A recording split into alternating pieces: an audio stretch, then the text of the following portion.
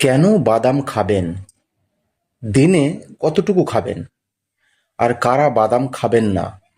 খুবই গুরুত্বপূর্ণ টপিক। সব ধরনের বাদাম শরীর ও স্বাস্থ্যের জন্য খুবই উপকারী। বাদাম যেমন সুস্বাদু তেমনি পুষ্টিগুণ সমৃদ্ধ।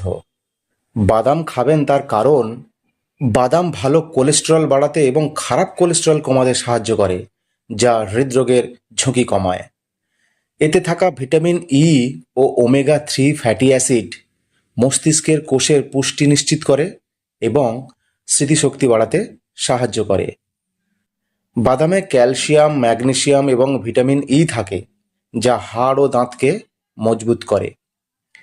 বাদামের স্বাস্থ্যকর ফ্যাট ও ফাইবার ক্ষুধা কমায় এবং অতিরিক্ত খাবার খাওয়া নিয়ন্ত্রণ করে, যা ওজন নিয়ন্ত্রণে সাহায্য করে। বাদাম রক্তে শর্করার মাত্রা নিয়ন্ত্রণে সাহায্য করতে পারে। ভিটামিন ই ও জিঙ্ক ত্বক ও চুলের স্বাস্থ্যের জন্য উপকারী।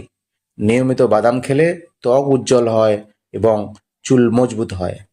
বাদাম শরীরের রোগ প্রতিরোধ ক্ষমতা বাড়াতে সাহায্য করে। দিনে 10 থেকে 12টি বাদাম আগের দিন রাতে জলে ভিজিয়ে রেখে পরের দিন খেতে পারেন। ঠিক 10 থেকে 12টি। এবার আসছে কারা বাদাম খাবেন না। বাদামে থাকা অক্সালেট কিডনিতে পাথর তৈরি করতে পারে।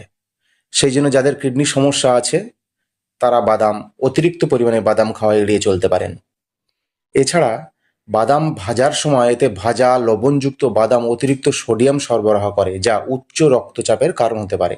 সেই জন্য যাদের হাই ব্লাড প্রেশার আছে তারা বাদাম একটু কম খাওয়ার চেষ্টা করবেন। আর অতিরিক্ত পরিমাণে বাদাম খেলে খাদ্য বিষক্রিয়া, ফলে মুখে আলসার বা গ্যাসের সমস্যা হতে পারে। এছাড়া যাদের অ্যালার্জি আছে তারাও বাদাম বেশি খাওয়া উচিত নয়।